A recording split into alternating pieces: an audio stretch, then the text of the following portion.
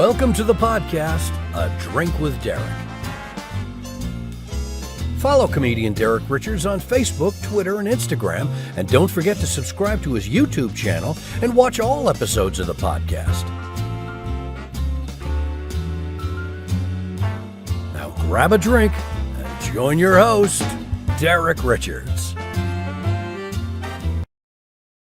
Hey, what's going on? Welcome to the podcast, A Drink with Derek. Derek Richards here in Las Vegas, my website, derekrichards.com. Thanks for joining me. Excited about today's show. As always, we never have a lousy guest. We just don't, because they're all handpicked.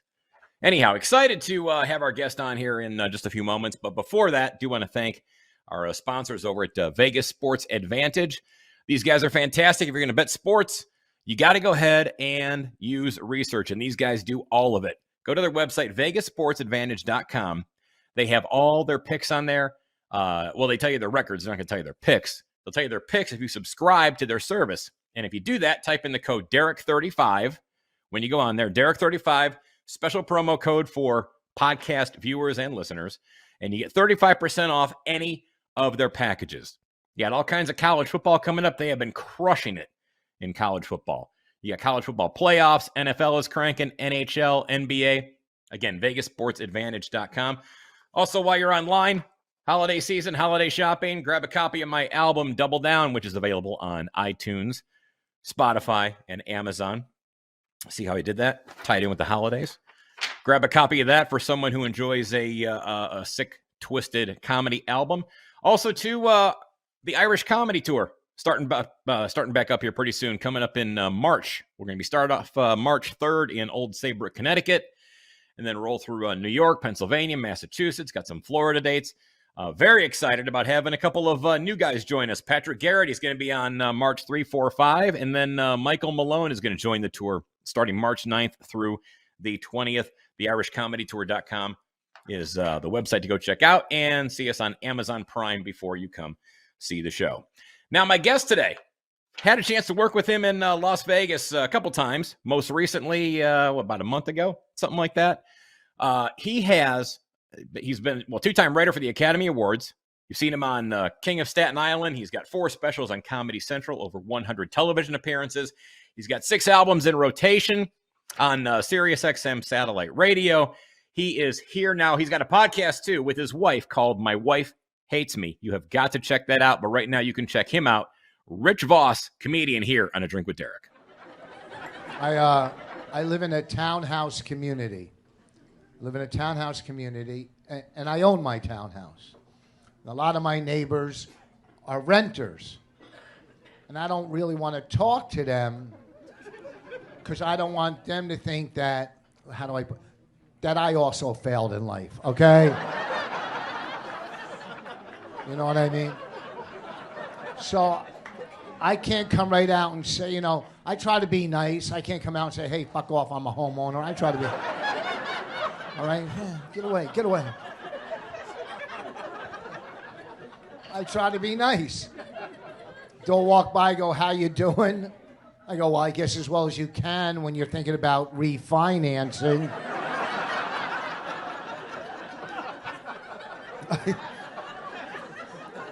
I even tell my 7-year-old daughter, I go, look, you cannot play with the renter kids because they have dirty faces and they'll steal your toys, okay?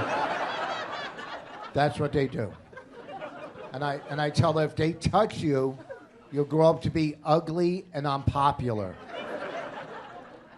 And she's 7 years old, so we really stress popularity way, way above academics. That's why we give her 1 meal a day and laxatives so she could grow up to be skinny and beautiful and likable. And when she walks on a plane, people don't go, oh my God, don't sit next to me.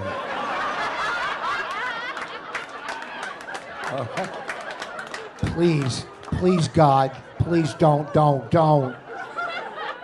Okay, beautiful. And when she's in high school, she could be the head cheerleader, the main cheerleader, the one on top of the pyramid. Not the cheerleader on the bottom of the pyramid. Nobody gives a fuck about the cheerleader on the bottom of the pyramid. You don't go look at a house and go, nice foundation. You go, beautiful house. That's my daughter. Because we taught her how to throw up after meals.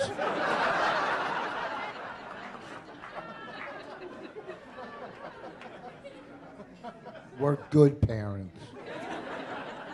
Rich Vos here with me today. I'm in Las Vegas. Where are you at? Home in New Jersey, I'm assuming?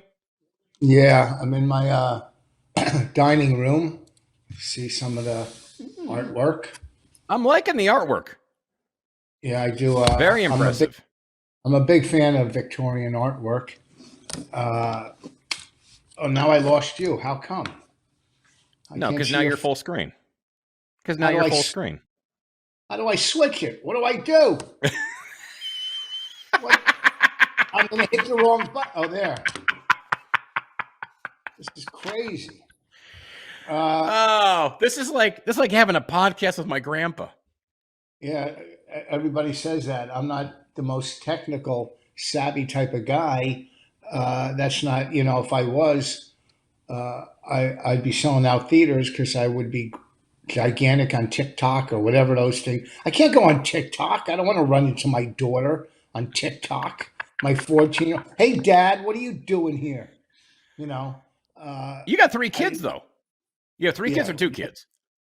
3. 20, How old 31, are they? 31, 29, and 14. And, yeah, you don't want to run into your daughter on TikTok. That wouldn't be good. That would be my 14-year-old. My older daughter, I don't know what my older daughters are doing, when it comes, they're on Facebook, I guess. But, I look at your background. I don't know if the guy was in Atlantic City or Vegas. He used to be a radio guy, Pinky. I think it was Atlantic City. But it reminds me of the whole Vegas, radio host on top of, some like casino, like up in the penthouse overlooking, Vegas doing the radio show. This kind of reminds me of it, except without, listeners. But,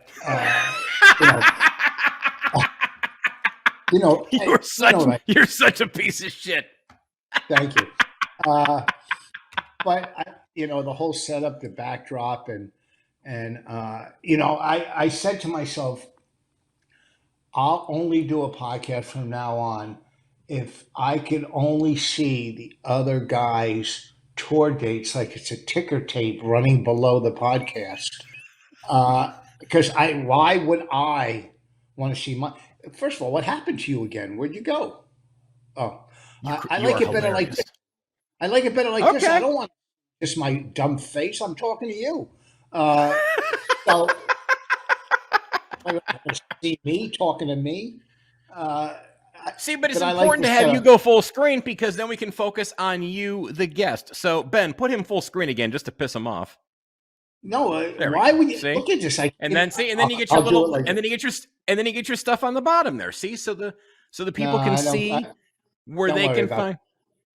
All right, Ben, fuck him. Go back to the dual screen. Before we talk about your trip to Vegas, let me ask you this because I was going to ask you this anyway because I know you like to gamble. Your game is craps. Yeah. Yes. What about what is your best or worst gambling story? Everybody has one. Well, I had 4 kids.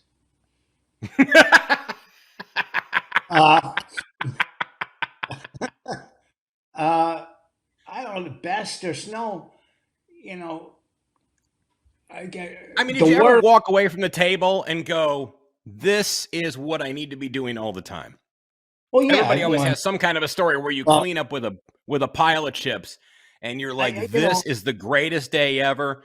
And then what's the biggest win you've walked away with from a table? Well, what happened with craps, I was working years ago at the Comedy Stop at the Trop in Atlantic City. And between shows, I just walked up with $5, passed the crap table, and I put it on 12. And it hit. So I won 150. I go, this is the easiest, best game ever. $500,000 later. I might have won, $1,500, $2,000 here. I've never hit like 10, 20, 30, 40 grand or any of that. I'm never one of those guys. Like the last time I was in Vegas when we worked together, Hmm. I went down. First of all, minimum bet was like 25 or 15. It was 25, I think. Yeah, it was Probably 25. 25 at the MGM. Yeah, probably Yeah, 25. 25 minimum bet on craps is insane because it's so much money. So I went Monday night. I think I went down with $300 and I played and I won 550. And I didn't play the rest of the week, the whole week. I said, nah, nah, nah. And because I would have not only lost that 550, another 1,500 or two, whatever I would have lost.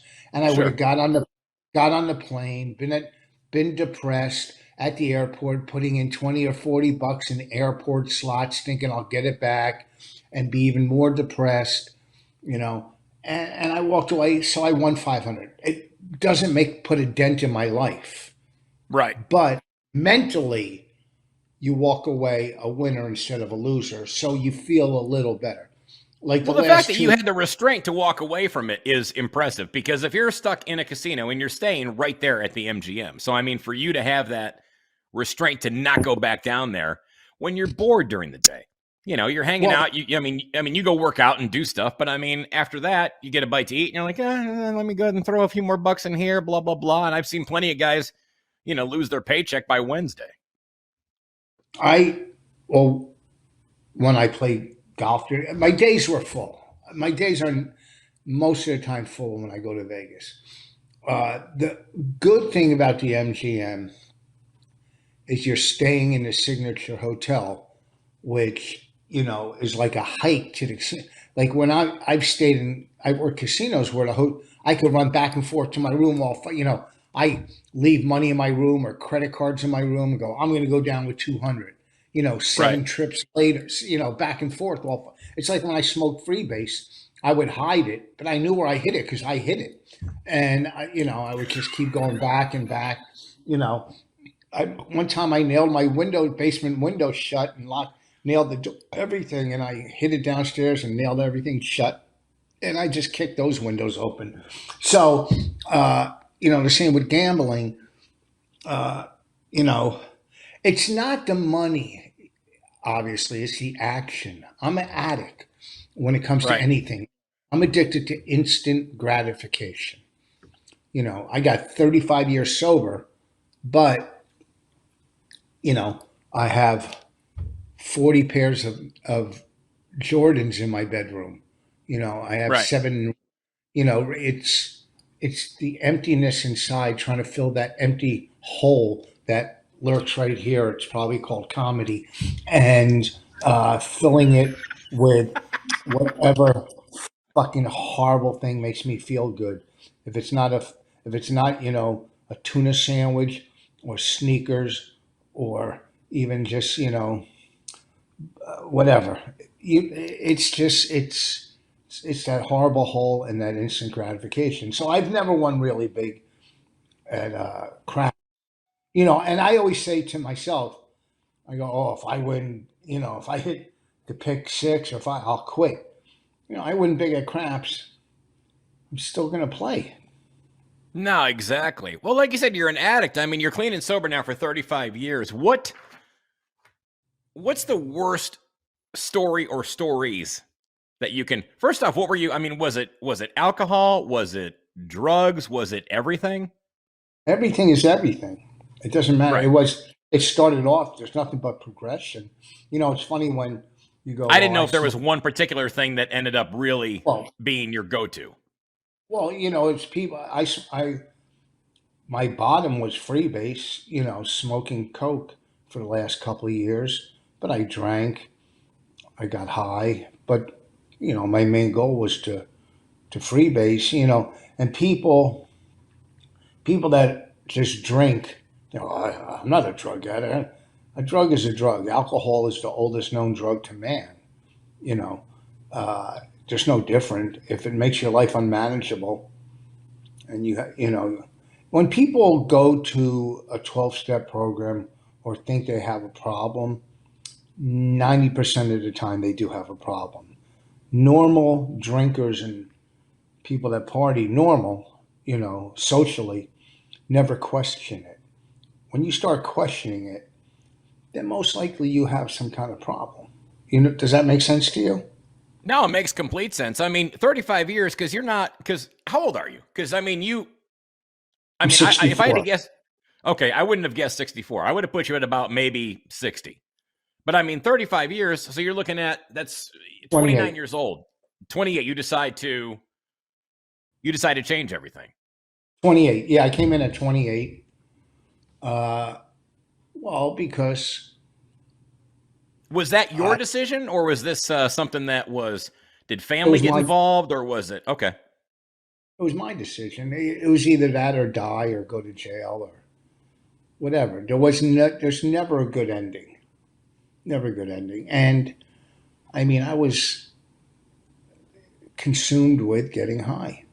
I was doing Right. comedy for I think 3 years at the time, maybe 2, 3 years, and I stunk. I mean, I was horrific. No, I mean, you're not good at 2 or 3 years, no matter who you are. But add fucking freebase to that, or alcohol, or whatever, then you really stink. You're delusional.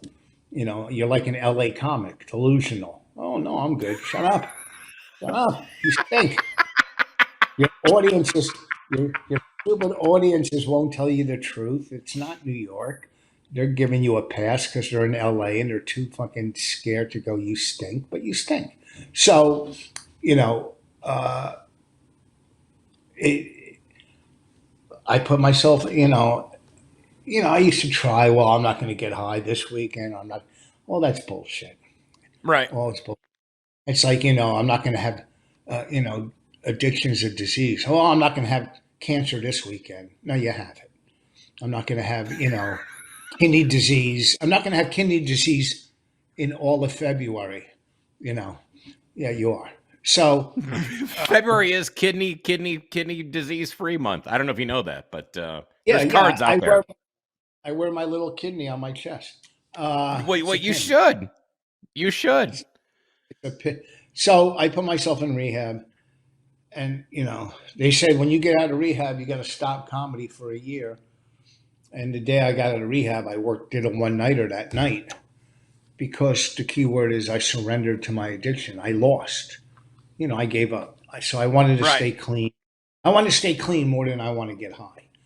What You was know, their reasoning to say that you needed to give up comedy for a year when you got out of rehab?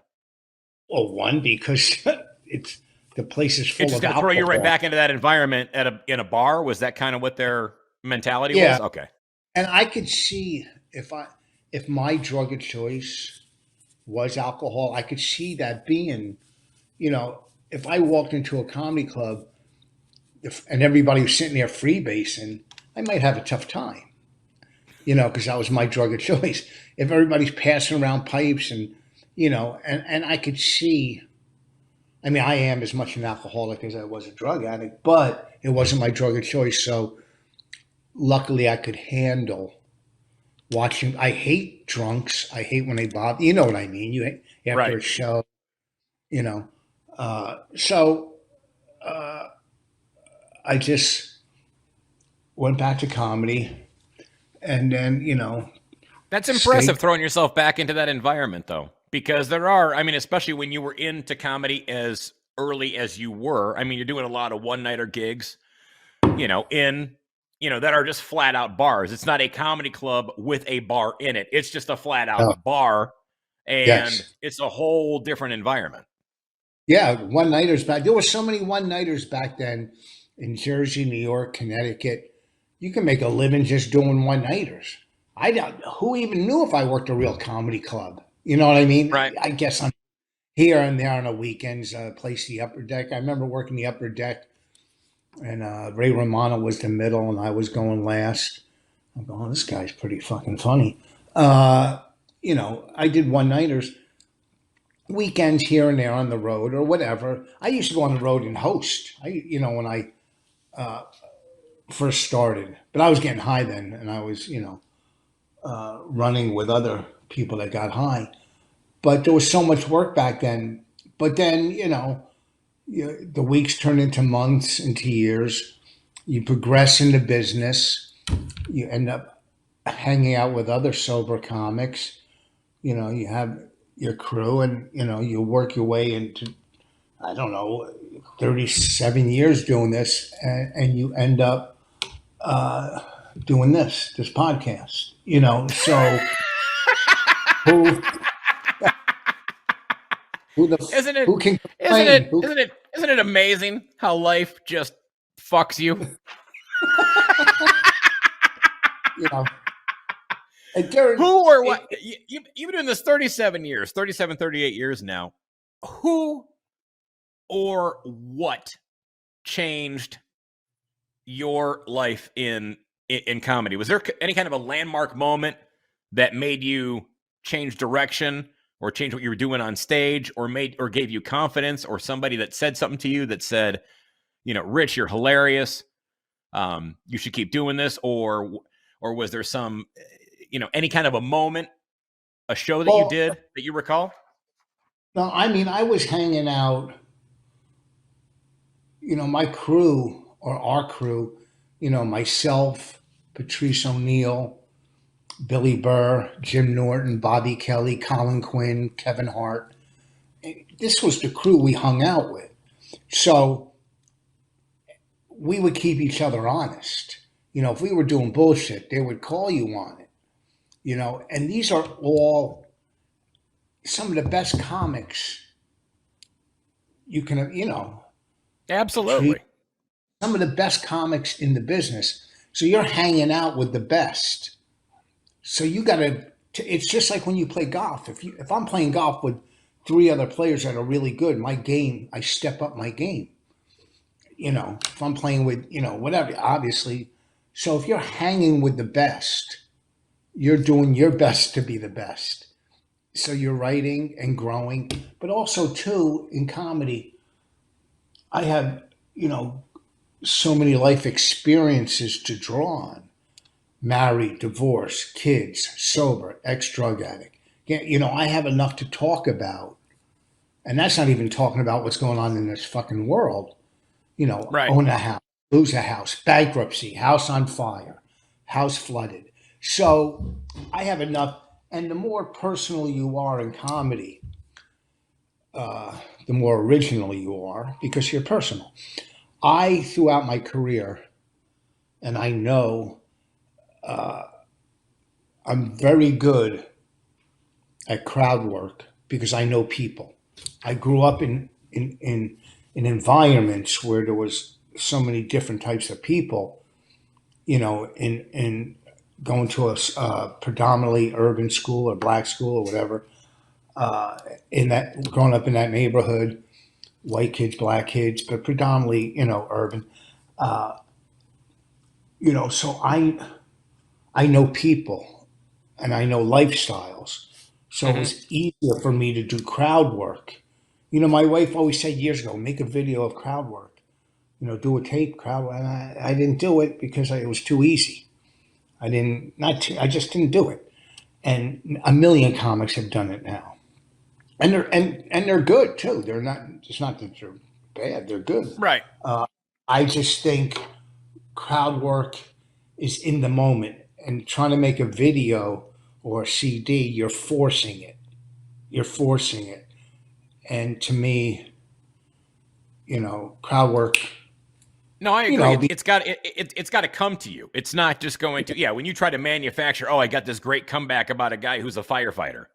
Yeah. And then you're trying to find, hey, who's a firefighter in the crowd? And they're like, what the fuck are you talking about? Work. No, that's stupid.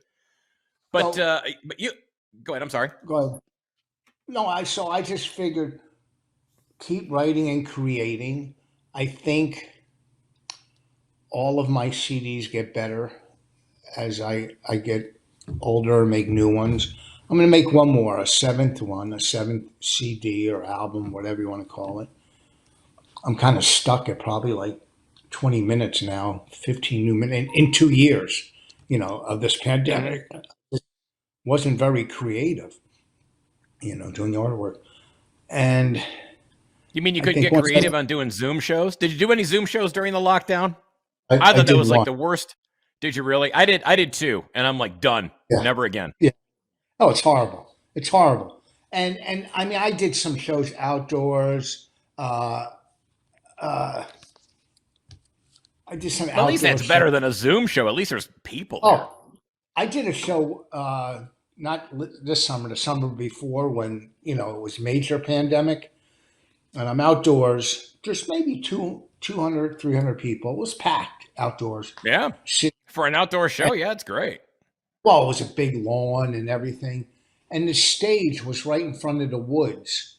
I go, I'm gonna get attacked by a fucking bear or bitten by a bat trying to do comedy.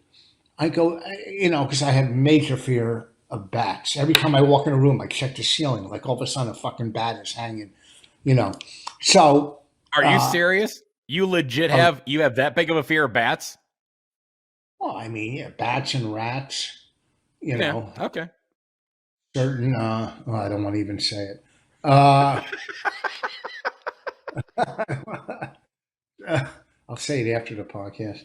So I'm on stage. There's all these people, and all of a sudden the crowd goes, oh, and I jumped off the stage. It was a flying squirrel that flew from branch to branch. There was a flying squirrel above me. I go, it's a bat. Fuck it. I'm not going to buy a flying squirrel. No, they have them. I know they exist, but I would have listened. If somebody could have said, "No, hey, relax, it's not a bat, it's a flying squirrel," I would have went, "No, I'm out of here. Done. Show's over." Yeah. It was scary. It was scary. So during the pandemic, I did shows. Outdoors. Just some were so bad. We did tape something for HBO Max. Colin Quinn directed it. It was his. We did one of those shows to cars. It was the drive-in outdoor type thing. Yeah, we did it for HBO Max. I hosted it, and Colin closed, and it was Keith and Bobby, our friend, and Bonnie, and it wasn't easy, especially hosting it. I got to go up there cold, and it was still light out. It was still light out. It was cool to do it with my friends and do something that Sure. And it was for HBO Max, but it's just. And now, even now, I talked about this with my friend Bobby. It's still hard to sell tickets. People aren't going. You could watch comedy on 100 channels. Well, people aren't just going inside like they used to. So it's harder selling tickets. We had a major tour going before the pandemic. We were selling 1,000 tickets in, a show. It was 4 headliners, but who was on the tour with you? It was myself, Bobby Kelly, Jim Florentine, and Ron Bennington, who was one of the best radio hosts and comics. I remember when he had his place in Florida. Yeah. Ron and Ron. He did Ron radio Bennington's down there. comedy scene down there in Clearwater. Yeah. So we had the tour, and we're selling 1,000 tickets, 1,200. Boom, pandemic done. It is what it is. Now, have you tried to restart? Have you tried to restart the tour? We did it one show. I don't even remember where it was.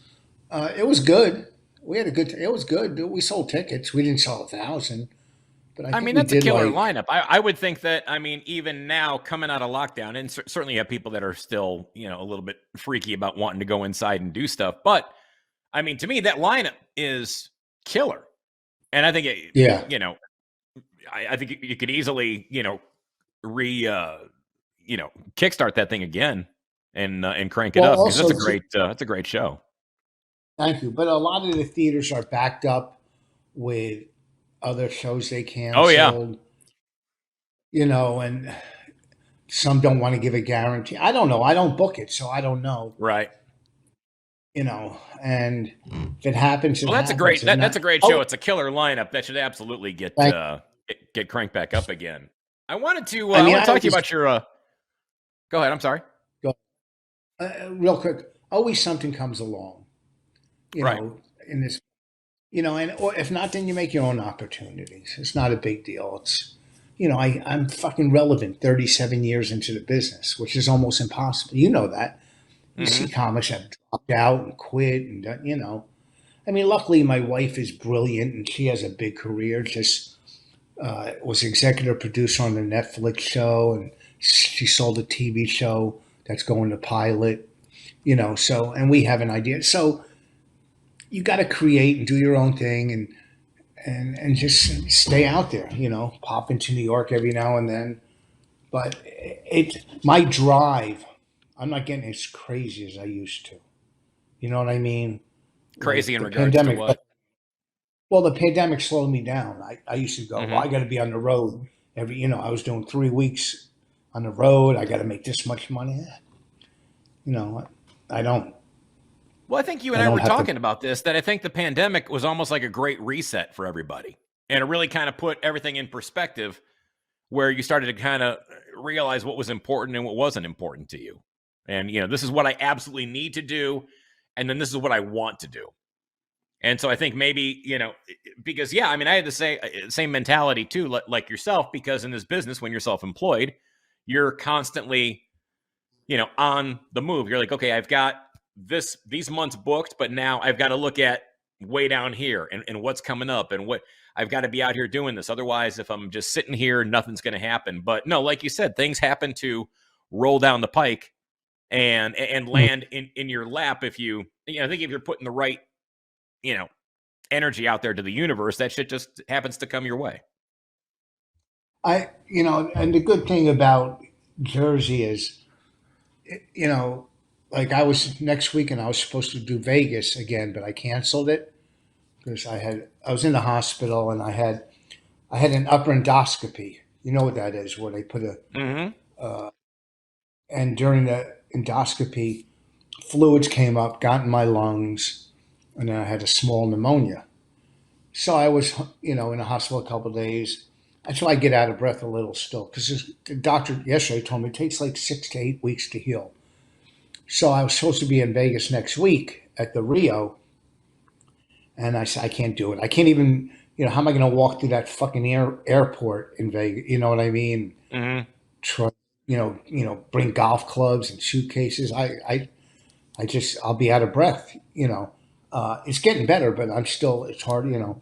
So I canceled Vegas, not a big, and I'll work in the city. So the thing about Jersey, New York, and that, when I always can fall back and do spots in the city. I'm not Right.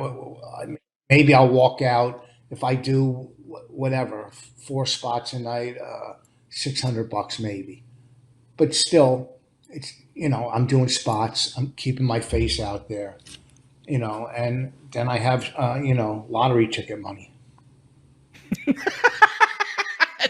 That's the important thing. As long as you got lottery ticket money. What's the worst gig? I always like asking this to everybody, from whether they've been in the business, 10 years or in your case 37. Worst gig that you can recall. This podcast. Wow. I think pull him full screen again, Ben. Fuck him. Full screen. No, Fuck him. I know he hates it. There you go. I'm only Suck it. There you go. That's where you can find Rich Vos. Okay, now let's go back to the two of us. All right. uh,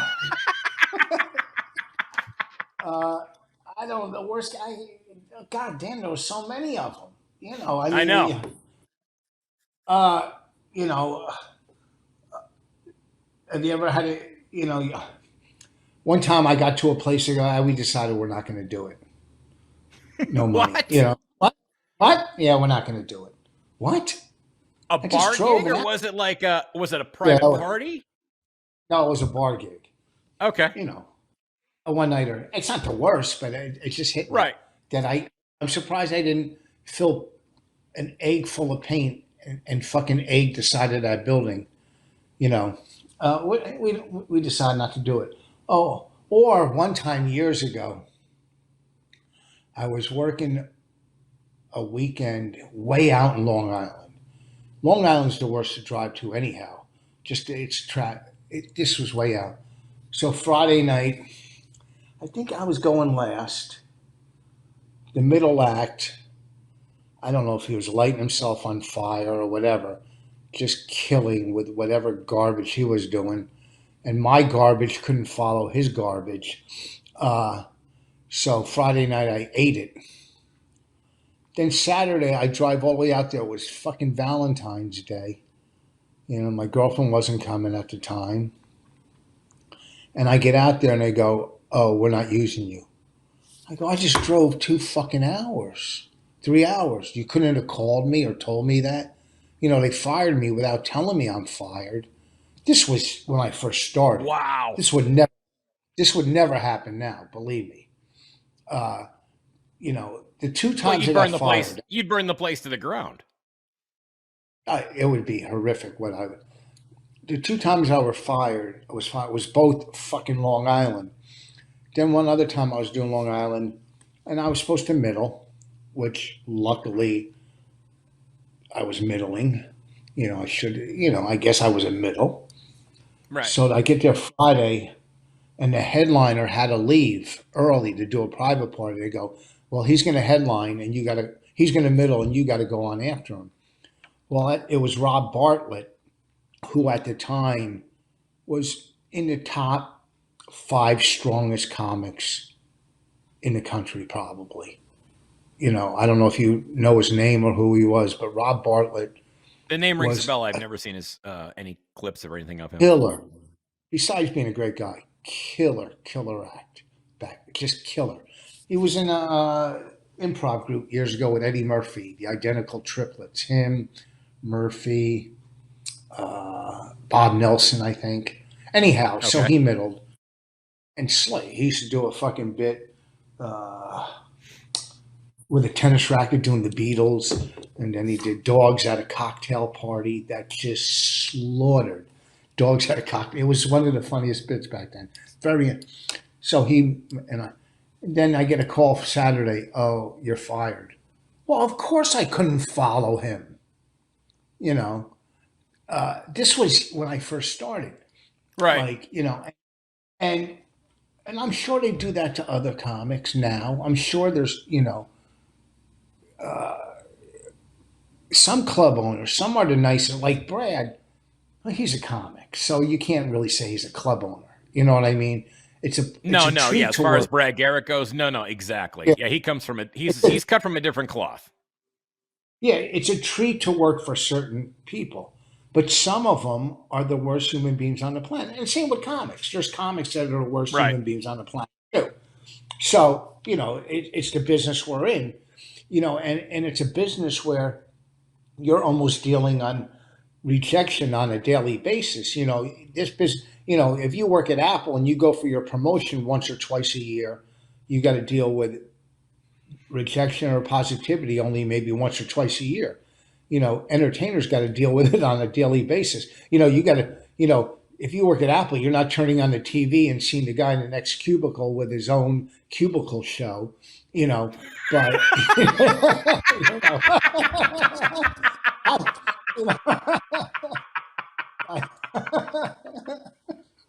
you know, oh God. Like, you know, I got to turn on the TV and go, "How the fuck did she get a special?" Or you know what I mean? It's almost impossible to watch TV without harboring some resentment or anger. Going, wait a second. You know, it's a crazy fucking business. So there were so many bad gigs. I mean, no, I know. I always like asking that question because there's always at least one that kind of comes to the surface, and obviously in the case of where somebody just said, "Yeah, you're fired," after we put you in the worst possible situation. Yes, I mean that is literally like taking a backup quarterback and making him play defensive tackle, and he just gets crushed, and they go, "Yeah, you're just not going to work on the team." No, yeah. I know. It's the same with acting. It's the same with acting auditions. I walked out of auditions going. I walked out of an audition once for the head of casting at Fox, and before the audition, I said to my agent, I had real bad anxiety. I just got back from Aspen. I go, "I can't do this." "Oh, you'll be fine." I go, "I can't do it. I have too much anxiety." You know, suffered from generalized anxiety disorder. So I used to get it really bad. I go, I Right. can't do this. Ah, you'll be fine. So I'm at Fox, and I have the sides in my hands like this, and all you could Hmm. do is see him shaking, right? Right? And I'm looking at, and when okay, besides the anxiety, I stink. Uh, that I think the head of Fox casting called my manager and said, we can never see him again.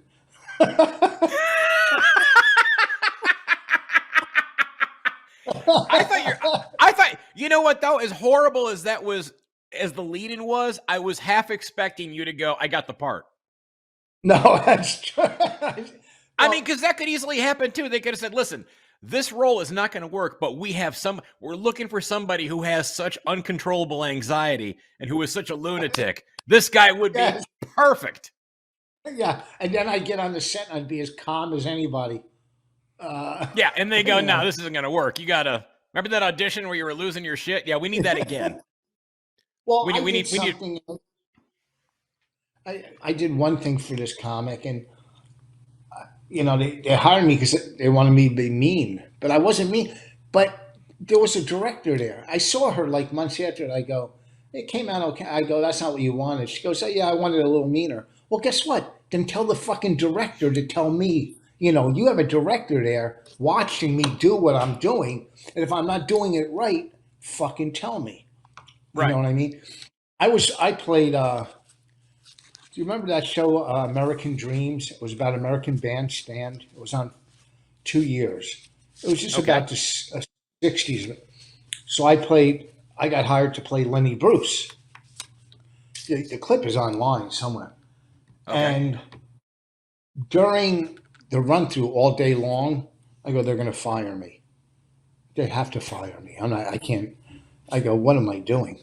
I mean, the fucking, it was a couple, whatever lines. And then I get to LA and they hand me a fucking script and I got like 5 or 6 paragraphs to fucking memorize and I can't fucking, I mean, to me, like my wife can memorize. I can't, 6 paragraphs to memorize by the morning, and Hmm. that's going out at night and trying to get laid.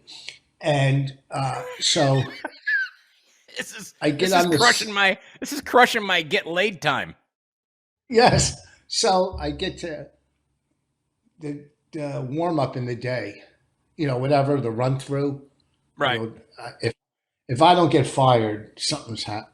Anyhow, once the cameras start rolling, I knocked it out of the box, and plus I started ad libbing, you know, going, this is what I think will work, because I'm Right. playing Lenny Bruce, and I'm doing a scene with the star.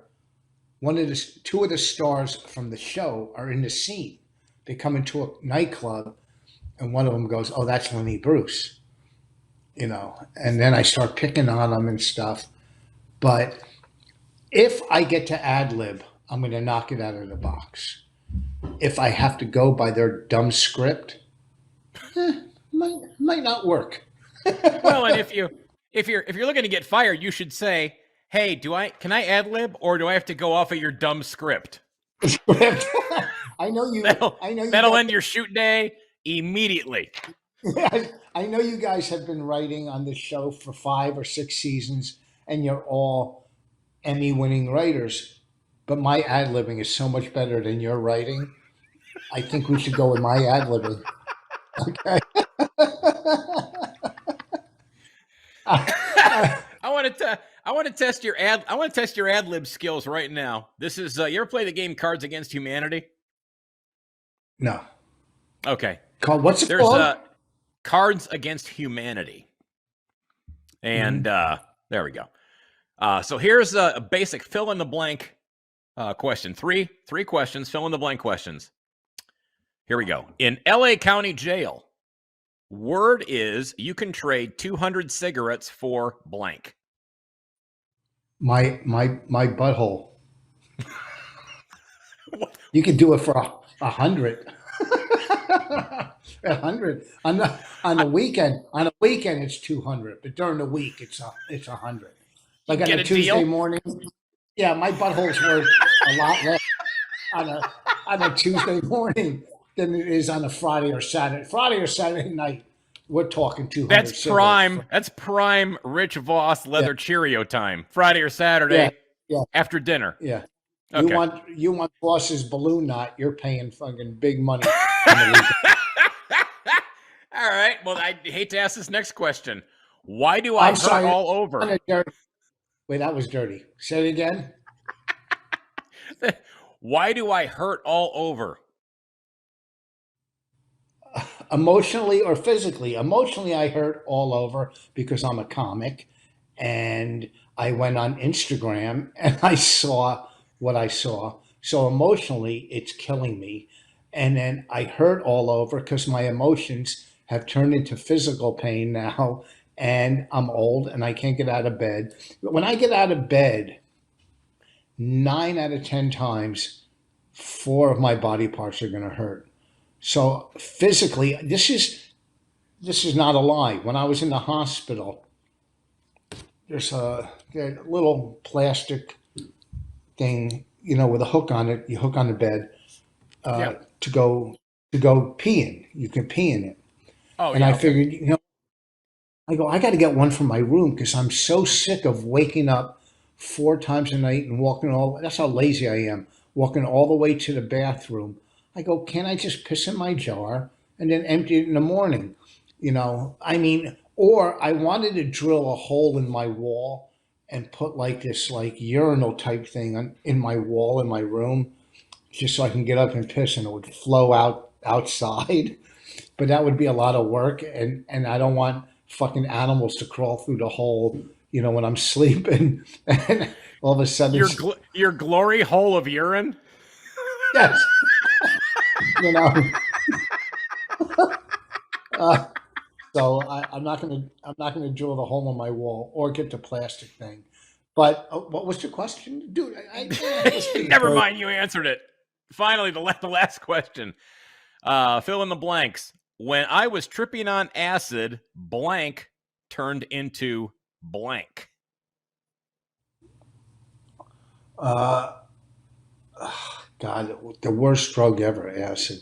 When I was tripping on acid, the girl I imagined going out with me ended up going out with me in my imagination, and and and and and and that girl's name was Dick Buckus. Uh,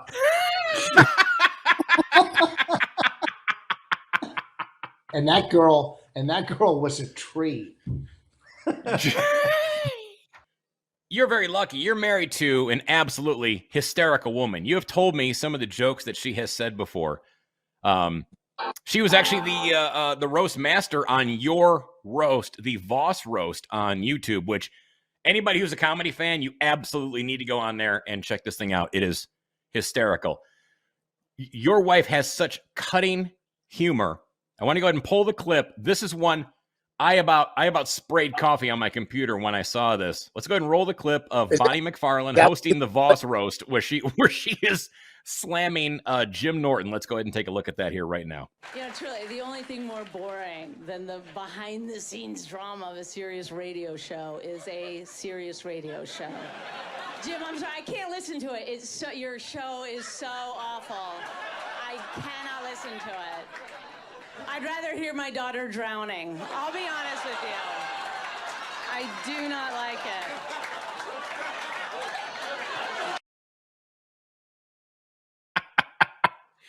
That is a killer line. What was the other line before we go in? What's the other line that you told me that she did when she was doing a show for, was it Comedy Central Executives?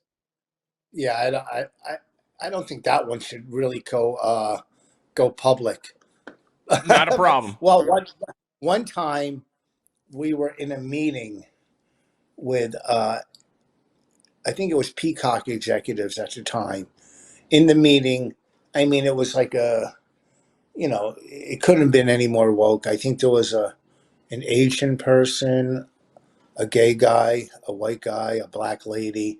I didn't know what to wear, whatever. So I get in the meeting. It's a college brochure. Yeah. I go into the meeting, just sitting there. Bonnie's in the bathroom. It's so uncomfortable to begin with. And then Bonnie walks in, sits down, and someone's, the meeting starts, and the lady goes to Bonnie, so where are you from? To Bonnie. And she says, my mom's pussy. Meeting over.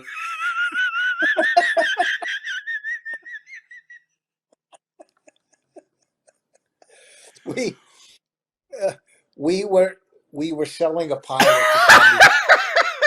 we, were,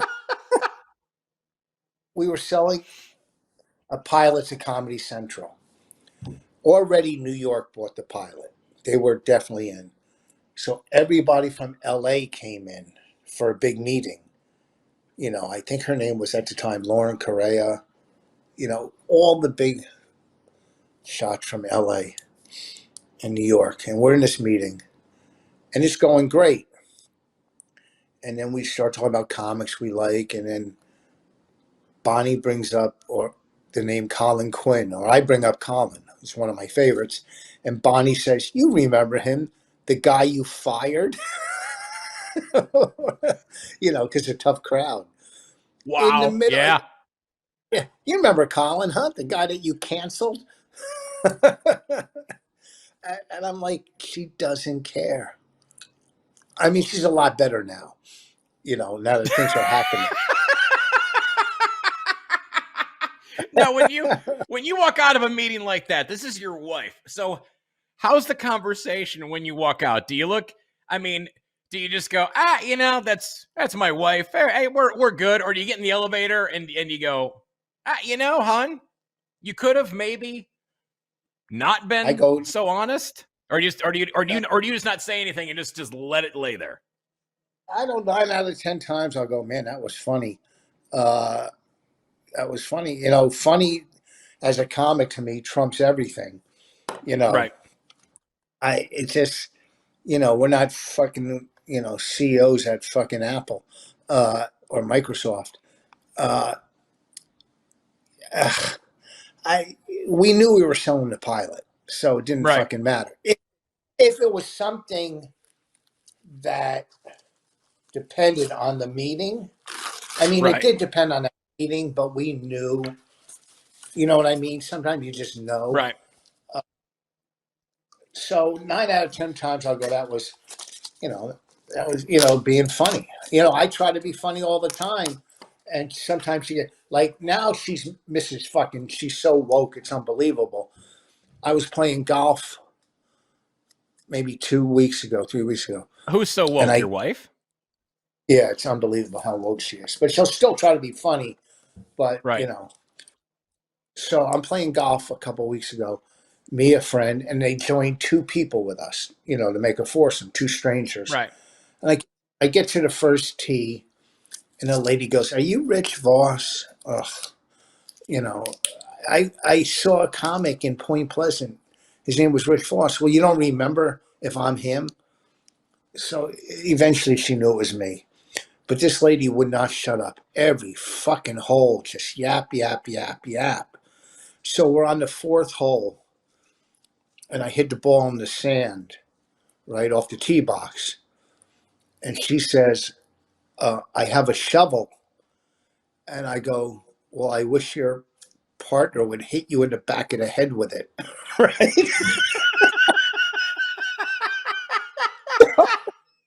Complete strangers. And her eyes, she just looked at me stunned. The guy goes, that wasn't nice. I'm like, shut up, both of you. I go, I'm not nice. But she saw, if she saw your act, how would she Yeah. not know that would come out of your pie hole? That is a Yes. classic Rich Vos line. Yeah. Yeah. What the fuck? And plus, she wouldn't stop yapping. She was getting on my fucking nerves. I'm trying to play. I have a shovel. Yeah, I just hit the ball in the fucking sand. Do you think I need a fucking dumb shovel joke after that? You fucking dummy. Oh, What is I wish. what you and your wife have a podcast called My Wife Hates Me. What Yes. is how did that start? That's a killer podcast. What is the how did that start, and what's the premise behind it for those people that have not had a chance to check it out? Well, I guess it started like 8 years ago. Bobby Kelly, who's one of my best friends, his network, he goes, "You two should do a podcast," and I guess people were starting to do them, but we were still like 2 years late, 2 or 3 years. Uh, so she came up with the name, the theme song, and everything, and it's just her and I fighting. Or we've done about 500 episodes, and we've never had a guest. Uh, Except when we do live shows. Like we just did one at this festival, My Wife Hates Me, and we bring on celebrity comic marriage counselors. We had Norton, Bill Burr, uh, Eddie Pepitone, uh, just so many different uh, Ron Bennington Norton comics that Right. come on. The live shows are fucking Jessica Kirson. The live shows are great. They're great. The podcasts, some are great. Like in the beginning, like she walked off crying. That was a big one. That was a good one. Uh, you know, Your wife? yeah, she walked off crying. One episode, they don't know if it's real or not real. Did she blow me during the episode? Who knows? I know. She knows. Uh, you know. Maybe Uh, that's why your computer's fucked up. no, it's, uh, so it's just her and I talking. We talk about the business or what's going on, and Right. we both just sit there, both complaining that we don't want to do this. Uh, she really goes, I can't do this anymore. And, we keep doing them. I just set up a new pod. We were doing a podcast in the basement. We had a podcast room, but my basement got flooded we had a big storm here, and I'm still working on it. So I moved the podcast. I just set up a new area up here in the dining room, and she's in Canada. She gets home tonight, uh, and we'll do one tomorrow. And we haven't done one together in 3 months because we've done them on Zoom because she's been in Sure. Austin, Texas. Right. She's been in Austin. So it's basically, we can talk about our kid. Our kid used to come on, do cameos and kill it, but she won't come on anymore. We can't even get our kid to do a guest spot. You know, our,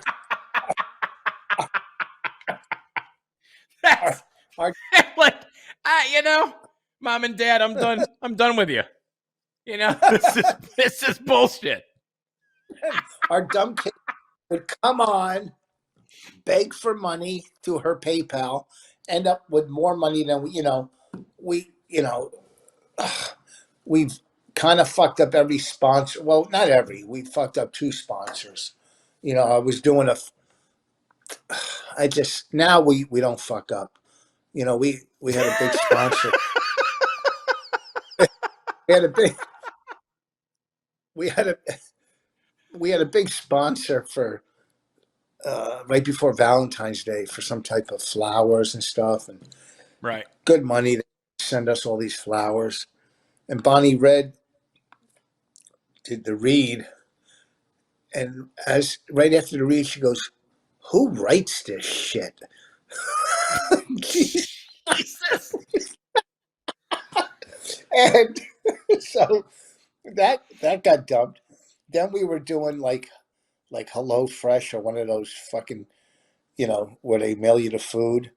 And Yeah. 2 nights before the read, we went to this farm to table restaurant, and I got home and I puked my guts out. And we did the read. I go, what's weird that we're doing this read, and just 2 nights ago I had this type of food and I puked my guts out. Well, the broker, I was just trying to be honest. I'm not saying their food was that bad. It's just the farm to table place I went to. Uh, you know, and broker called and goes, "What the fuck? Are you fucking stupid?" I guess. But whatever. But now we do our reads. We're very professional. You just, Bonnie doesn't bring up. she doesn't bring up the shitty copywriter, and you don't talk about Yes. vomiting. No, and we It's- don't. She doesn't talk about Nazis or anything like that during the reads. You know, now we're very professional. Usually a good rule of thumb. Well, a lot of times we try to be funny. We're comics. Why are you fucking hiring us? When you hear a fucking read on radio, you know, you're going, that's a lie. They don't use that product. Right. You know, so we try to be funny. I've gotten stuff that But people that are tuning into your people that tune into your podcast have been fans for a while. So now, I mean, for you to go ahead and you know, joke around about it, it's like these are your fans. It's not like this is being broadcast on ESPN or CBS or NBC and it's like a random show. I mean, people are coming to you to listen to this or watch it. And so for them, like, you know, if I'm listening to your show, I would be surprised to not hear something like that. Let's discuss how funny I was in Vegas. Hilarious. Gosh. But first of all, to kill hosting is tough. You know what I mean? You're walking out cold, which, first of all, I don't know why you weren't headlining, but it is what it is. You live in Vegas, so I guess you took the gig, you know, for whatever. But easily, no, you're very kind. I mean, that was a fun week. That was a really, really good time. It's fun. It's fun watching you work. We had worked together before, and like I said, if I don't find you funny, I'm not going to have you on the podcast. And you know, I'm not going to extend conversation with somebody that I don't want to talk to more. But I definitely would love to have you back on here again sometime. Again, I can't thank you enough, Rich Vos, richvos.com. What do you got coming up here in the next couple of weeks? Coming up, say like after December 1st. Well, I'm supposed to be back in Vegas. I was supposed to be in Vegas next week, which I canceled. But I'm supposed to be there in January. In January, it's at richvos.com at the Plaza, his club at the Plaza. Yep. It's downtown, right? Downtown. Yes, sir. And that's a Friday, Saturday. Then I'll rebook the Rio, you know, what I just canceled.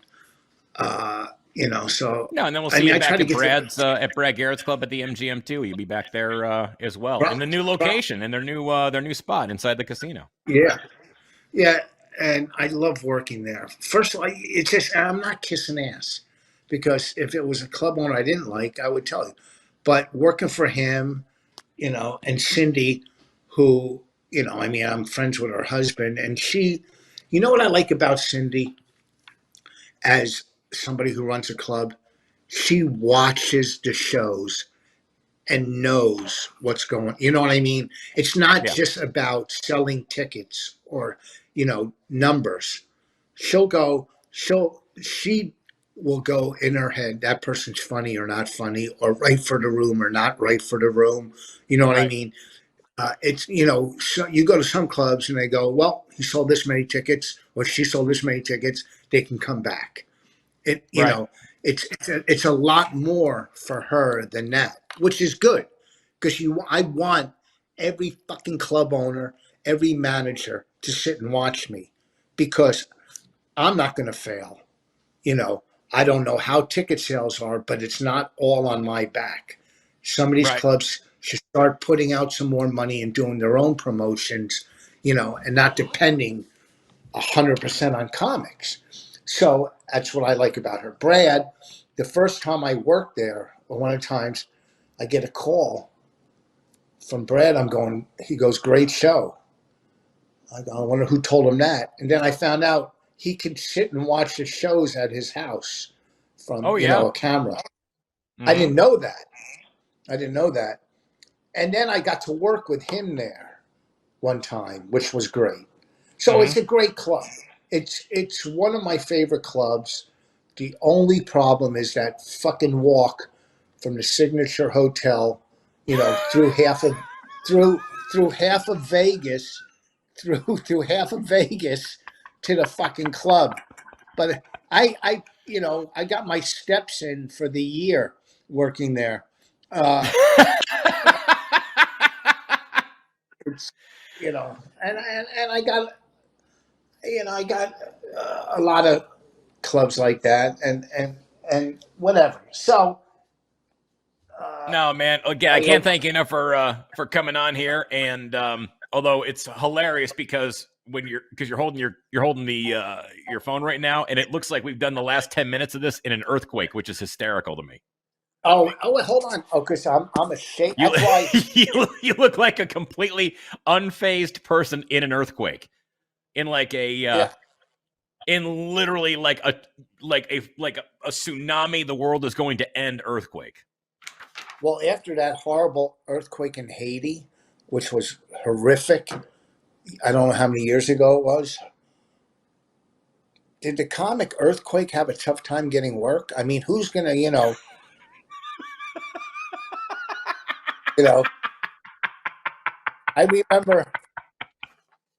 remember in September of 2001, there was a comic that went by the name 9/11, and he couldn't get work anywhere. I'm stunned. All his New York dates gone.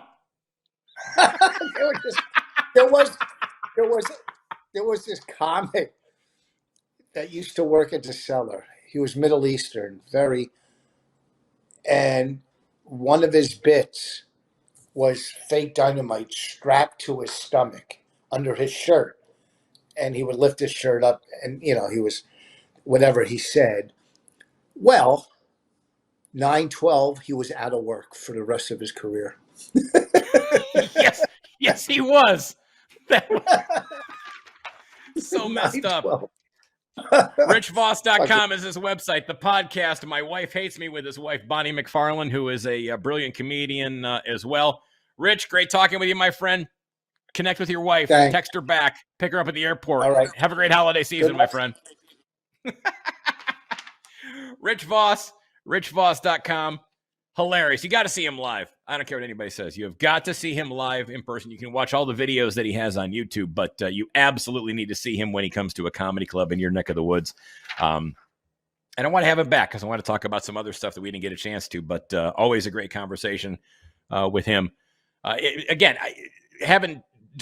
Talking with him backstage in the green room before the shows and afterwards, just a funny dude. Again, RichVos.com is his website.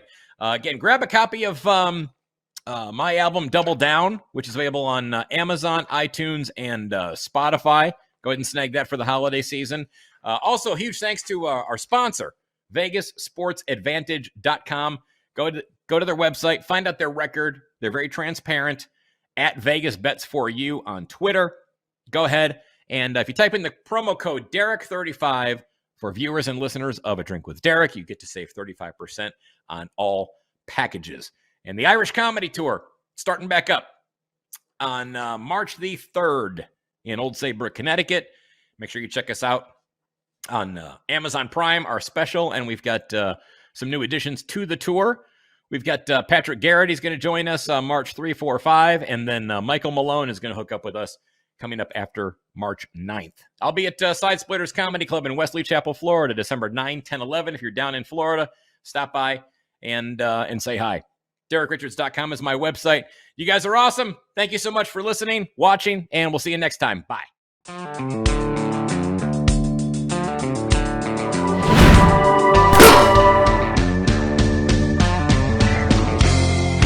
You're watching Conservative Television of America, working hard to stick socialism where the sun don't shine.